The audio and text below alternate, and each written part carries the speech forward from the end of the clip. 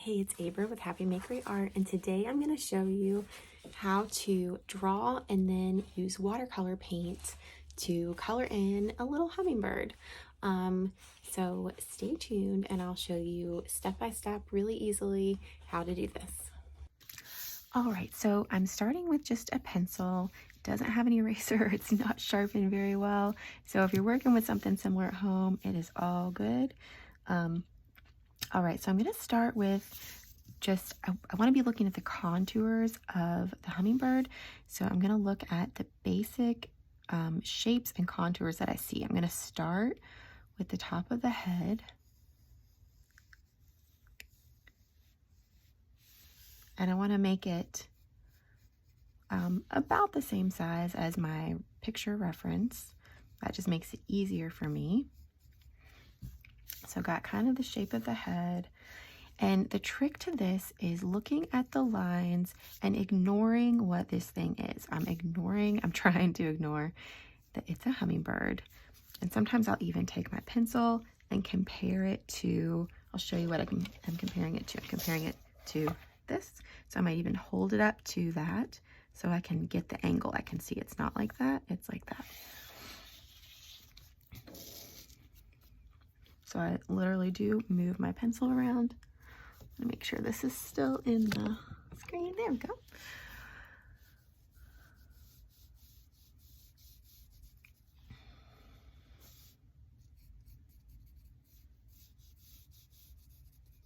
And I'm drawing lightly. Let's see if I can erase with this little nub.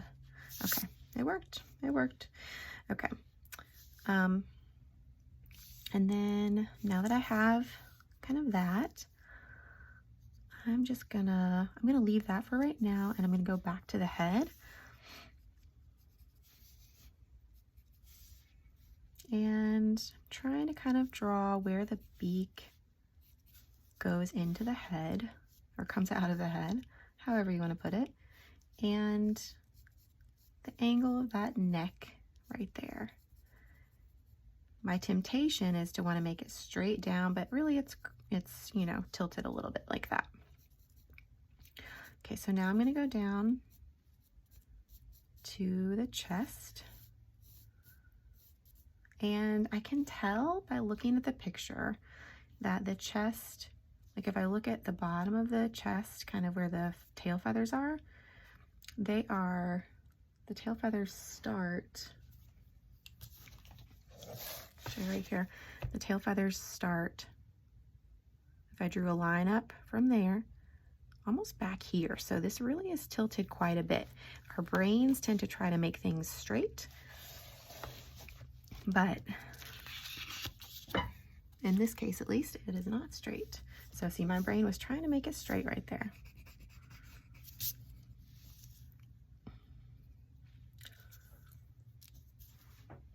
I'm going to kind of give myself a guide, a little dot right there to show like this is how far back this line should probably be coming to be, if I want it to be accurate.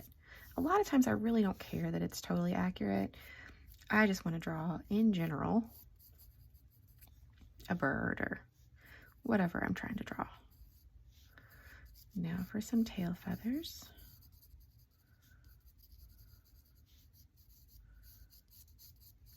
And then I love the round little bird body. It's cute.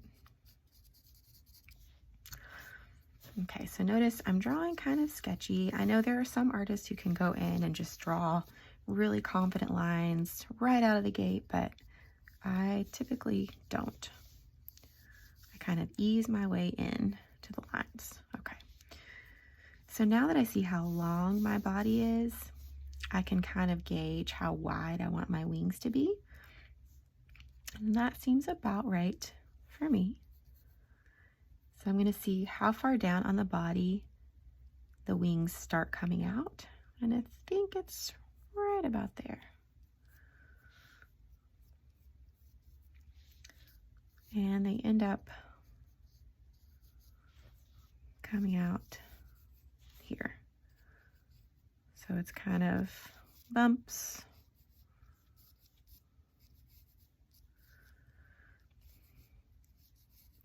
And if you want to really keep it simple, you can just draw one straight line or kind of curved line from here to here and kind of ignore all of these little feather bits. Okay, so I'm just kind of lightly indicating those little feathery parts. Okay, now for the other wing, and I might actually go ahead and do the beak. And I'm gonna use my pencil. I'm looking at the picture. I'm kind of trying to line my pencil up.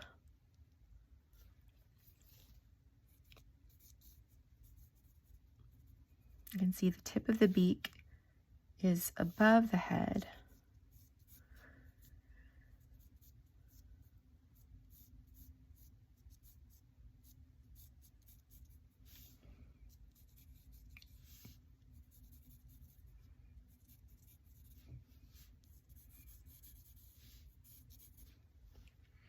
Okay, so that looks pretty good. And then I'm looking at this other wing, and it kind of goes down slightly and then up slightly. Comes out right about there.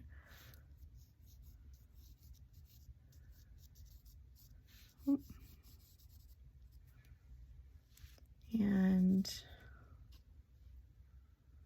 I notice it went past the beak a fair amount. I might have to make this wing a little bit wider to match this one. Okay. And now I see right about where the wings come out of the body. And this wing is like pretty blurry, so I'm going to have to kind of,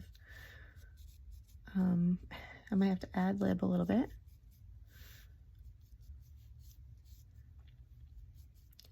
And here's the thing, your drawing, especially if you're just, learning how to draw from observation, don't expect it to be perfect right away.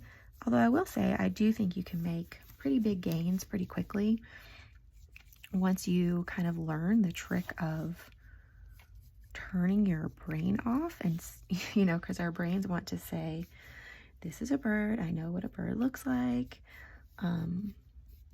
Our brain kind of does certain things to make the world simpler for us on a day-to-day basis, but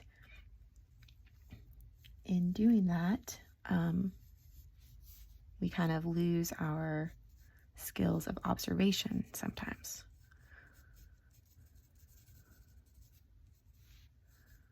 Okay.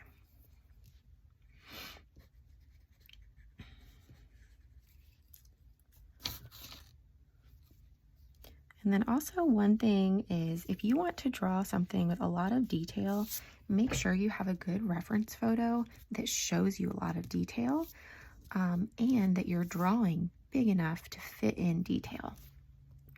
Because I have certainly been disappointed many times when I've drawn too small to actually add in the detail that I wanted, or when my reference photo just really wasn't detailed enough to give me details, all the details I needed. So keep that in mind. All right, so I feel pretty good about this. Now, one trick, if you want to, that you can do, they're the little legs, is turn your drawing upside down and turn your reference photo upside down. And this allows you to see more clearly the angles and what might be right or wrong. And honestly, typically, I don't even do this unless something about the drawing bothers me and I'm wanting to fix something. So that's a tip to keep in mind. All right, so now we have our basic drawing down, and then I'm going to show you how to put some watercolor in. All right, so before I go in with the watercolor, I went in and I used an eraser and erased any extra lines that I don't want to have in there. because I tend to draw sketchy, so I do tend to have extra lines. So I erase those. And what I want to think about first is where I want my highlights to be. So, and where I want my lightest places to be. I'm kind of going off of this bird that I painted. I'm going to be using similar colors to this. This is not a finished painting, as you can see. I was just kind of practicing here, but I want kind of the belly part to be lighter and maybe leave a little bit of highlight on the beak, maybe in the eye. But honestly, with the eye, I tend to go in and add a white highlight later. But if there are any big areas that you want to stay white, then you need to think about that and don't paint them because you can't take that off really. So, all right, so I'm going to start with kind of a mixture of blue and green watered down. And I just got these watercolors, so they're kind of new to me. And we'll see what we think. So I like to always mix my colors here in the palette, usually anyway. Okay, so that's pretty good. And for using watercolor, a lot of times it is a good idea to kind of test out your paint on a different piece of paper just so you know what you're getting, because it can be kind of hard to tell sometimes. All right, so first, I like to use a wet and wet technique to fill in large areas. So that's what I'm going to do here. I'm just getting my paintbrush wet and I am just painting with water. And this actually does have a little bit of color in it, not on purpose, just because my water, I guess, is not clean enough. Okay, so I'm just trying to get a thin little glisten of water, but I don't want puddles going on. No puddles. Okay, and so now I'm just going to take some of this and see how it kind of bleeds around. It bleeds and kind of spreads really easily. And notice I didn't put water in the eye or anywhere else that I wanted to keep lighter. So I'm trying to kind of leave this, the middle of the belly.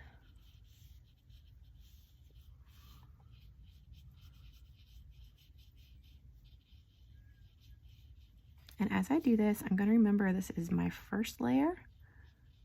And with watercolor, I typically like to use multiple layers.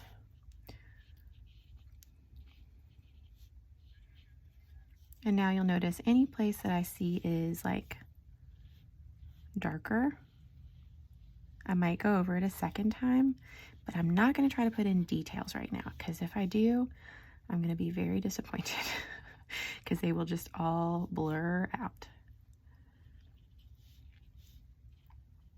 And I used to not like watercolor because of that. And sometimes I do still find it intimidating, honestly. Because it is it's harder to control than, you know, a pencil or acrylic paint. Okay, so I've got a nice layer going on here. And I'm using just a tiny bit of this watered down paint in the tip of my brush to go ahead and start to kind of outline my wings.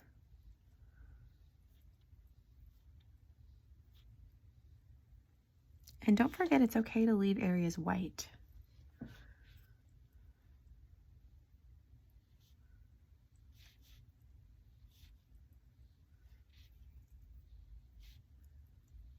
And I'm leaving my paper this way so it's easiest for you to see.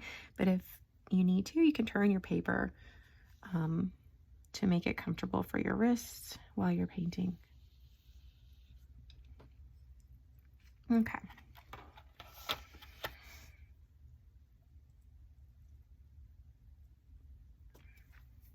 All right, so now I'm gonna put some yellow in the belly, and I'm going to leave some just kind of white. So before I want it to be wet and wet as well, so I'm just rinsing my brush out. And then I'm going to dry it off a tiny bit, or wipe it off a tiny bit, and get that wet. And then getting some yellow. And I will be honest with you, this is a brighter yellow than I anticipated. So I'm going to let that bleed in a little bit.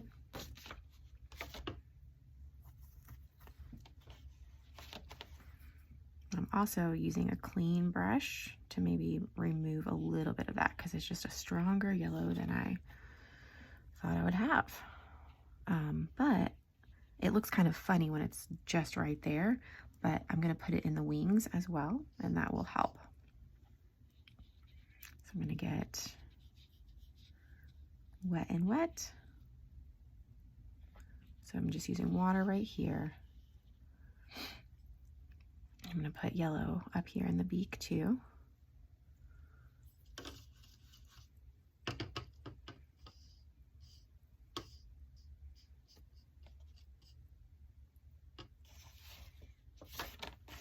Here's my paper towel. I'm going to blot right there, because if this wetness touches the blue, then they're going to mix together because the blue is still wet. Okay, so I'm going to get my yellow, and then maybe a little orange too. Okay.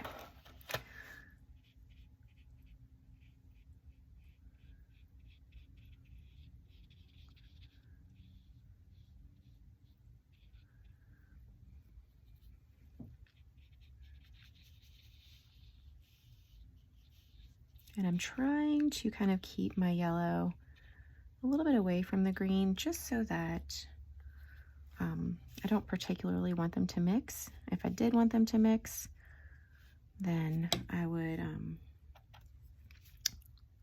let them touch. Okay, I'm gonna add a little orange to a few spots. I'm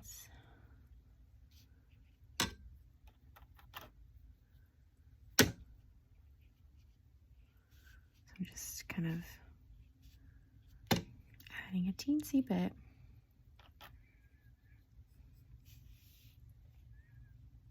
Just to give a little variation in color, give it a little warmth.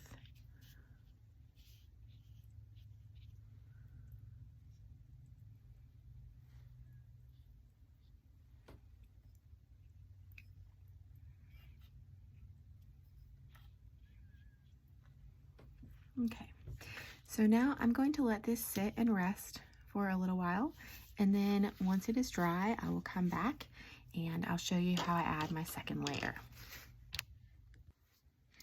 All right, so now this has had about 40 minutes to dry, and so I'm gonna go in and just like I did in this bird, I want to use drier, more concentrated paint, so just watercolor paint with less water in it, to add some details. So that's what I'm going to do next. So I'm going to keep this kind of next to me so I can guide you. All right. So for this, I'm just taking watercolor paint, and I could use a finer tipped brush. This is, I think, a 16, but I'm just going to use, it has a nice tip on it, so if I just use the tip, I can get really fine lines. So that's what I'm going to try to do.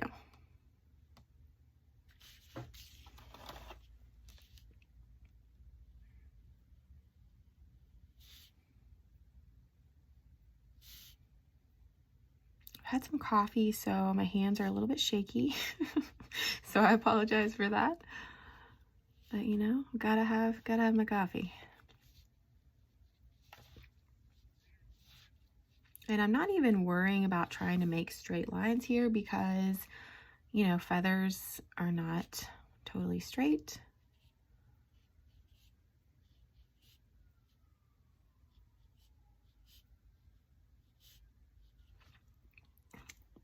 Having some lines that kind of overlap a little bit might give me a little texture.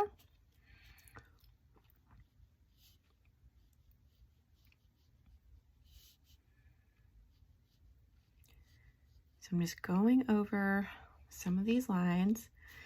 And one tip I'll give you as well, if you enjoy watercolor, but the details, like trying to get details with the watercolor is frustrating for you, give colored pencils a try, because you can use the watercolor on the bottom layer and then you can get details with colored pencils. I think it's a really cool effect. So if you all want to see that, then I would be happy to make a video where I do that.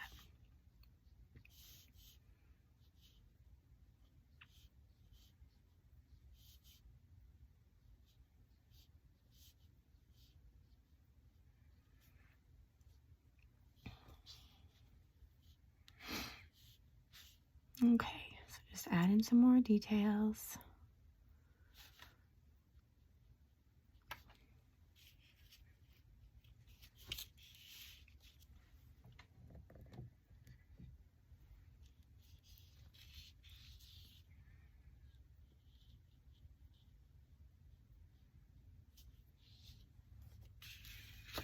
I'm going to turn my paper because for me, I find it's easiest to make a straight line if I am pulling my hand towards my body, because I'm pulling my arm. You'll notice my hand is staying totally still and just my arm is moving back.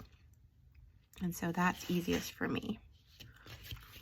So turn your paper, you can try that out and see if that is also true for you. But just see what works for you and then turn your paper the way that works best for you.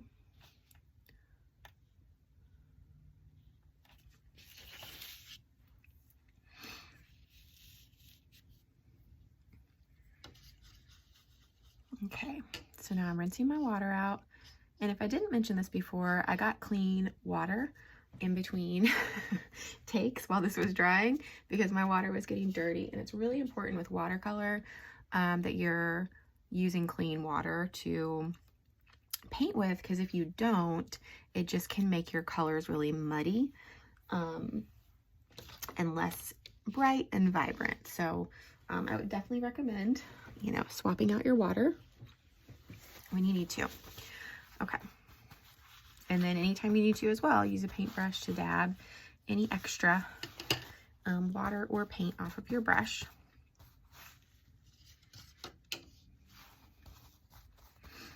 And it's recommended actually to have 1 water cup for rinsing your brush and 1 water cup with just clean water for actually painting. But I'll be honest with you, usually I just have 1 cup of water.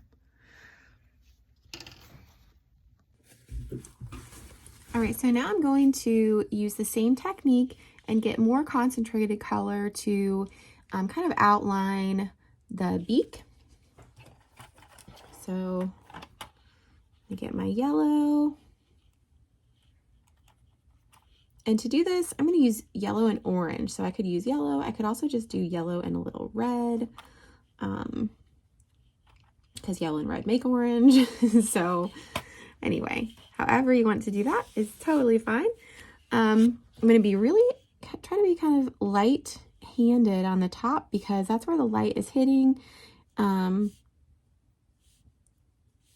so I want to kind of have some, you know, have it be lighter there to show that's where the light is hitting.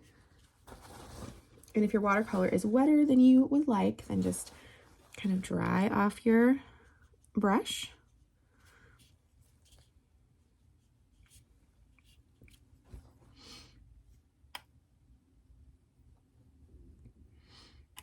I'm going to try a tiny bit of brown added to this as well for the bottom part.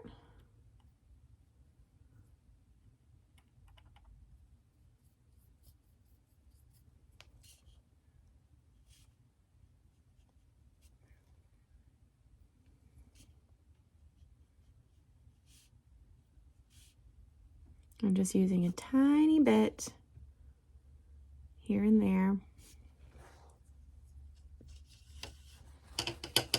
You could also choose to use black or another darker color in that spot instead of brown. And now I am going to use a little bit of black.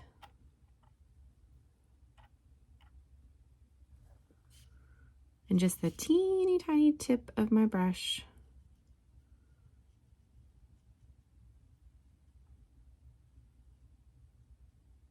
To make the eye. And I'm just going to go ahead and color in, or paint in rather, the whole eye. And I might even add a little bit of blue to it, just because it's pretty rare. There aren't many places where you need actual full-fledged black. It's actually standing out a little more than I'd like it to. So I'm using a wet brush very carefully to remove a little bit of that. Okay. And then I can add in a little as I want to. There we go. Because I want it to be black, but I also don't want it to just stand out so much that it is distracting us from the rest of the painting. Okay, so now I'm going to go back to my yellow and orange mixture. And I want to add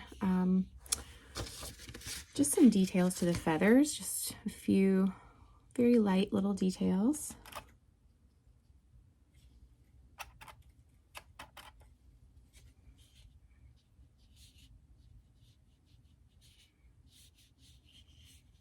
And I kind of want them to be subtle, but you can certainly make them stand out more if you want to by adding, you know, bolder colors.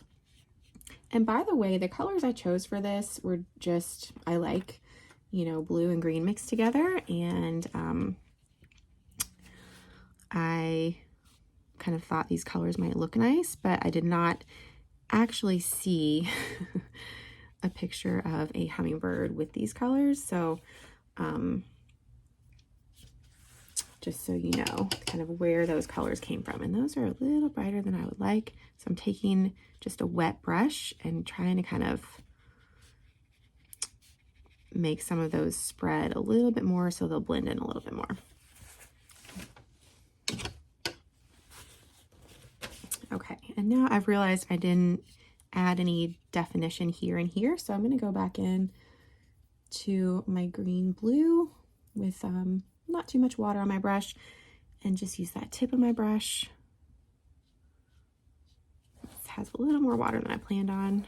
It's running more than I wanted. There we go.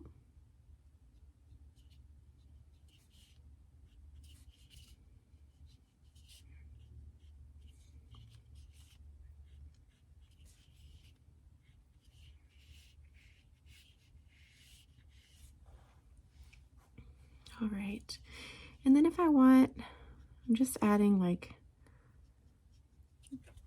tiny indication of where those little feet are, but I'm not going into all the details of the feet because a lot of times we don't really notice birds' feet much, or I don't. Let's see. Let me get a little more water on my brush and just add a little bit more right there. I'm going to dab a little bit of that up. Okay.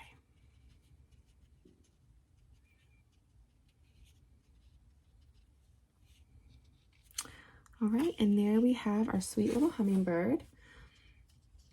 Once this dries, I am going to go in and add a tiny speck of white right there, just to give it a little highlight. So I'm going to add like probably 2 dots, just like that, to add a little highlight. So I will show you that when the eye is dry. All right, so I've got a Posca marker here. I've let this dry, and now I'm going to go in and I just want to do like 2 little dots to kind of show that there is life in these eyes. And then if I wanted to, I could even go in and add just the tiniest little bit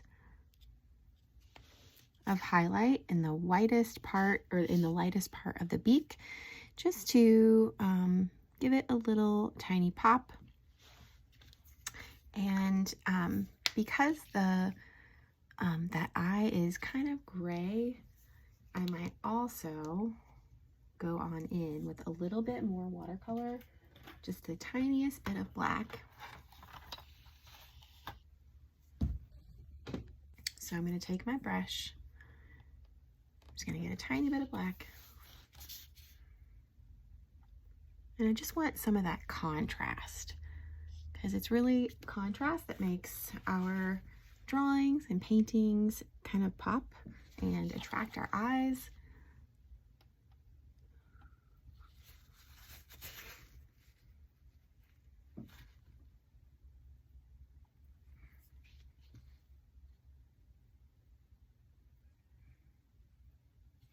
And you could certainly also use just like a Sharpie or even a black colored pencil.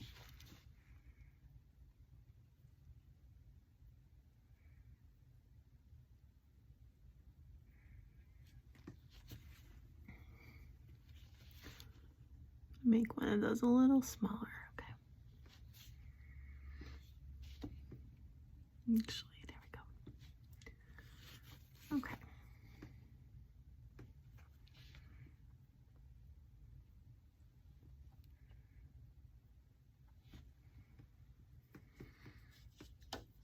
All right, there we go.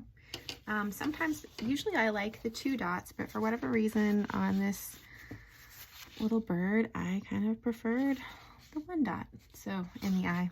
So you can do what you prefer. And then if you want, you can always go in and add more little lines if you want to. Like, you can keep it just like this, or you could add some little feathers for texture, just to kind of show, you know, that this is a feathery creature.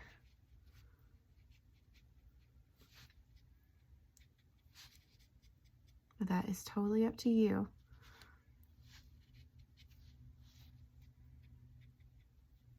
So I'm just doing short little dashes with very watered down paint because I want these to be subtle.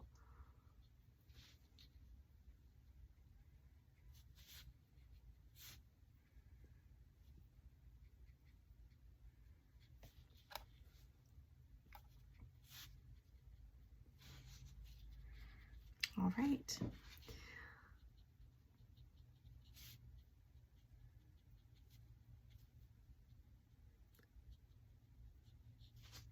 So there you have it, your sweet little hummingbird. I hope you have enjoyed this, and if so, then make sure to go to my website and sign up for my email, because I do send out reminders of my tutorials and then also freebies from time to time. So I'd love for you to, you know, if you want to hear from me, I'd love for you to sign up and get my email newsletter. All right, take care.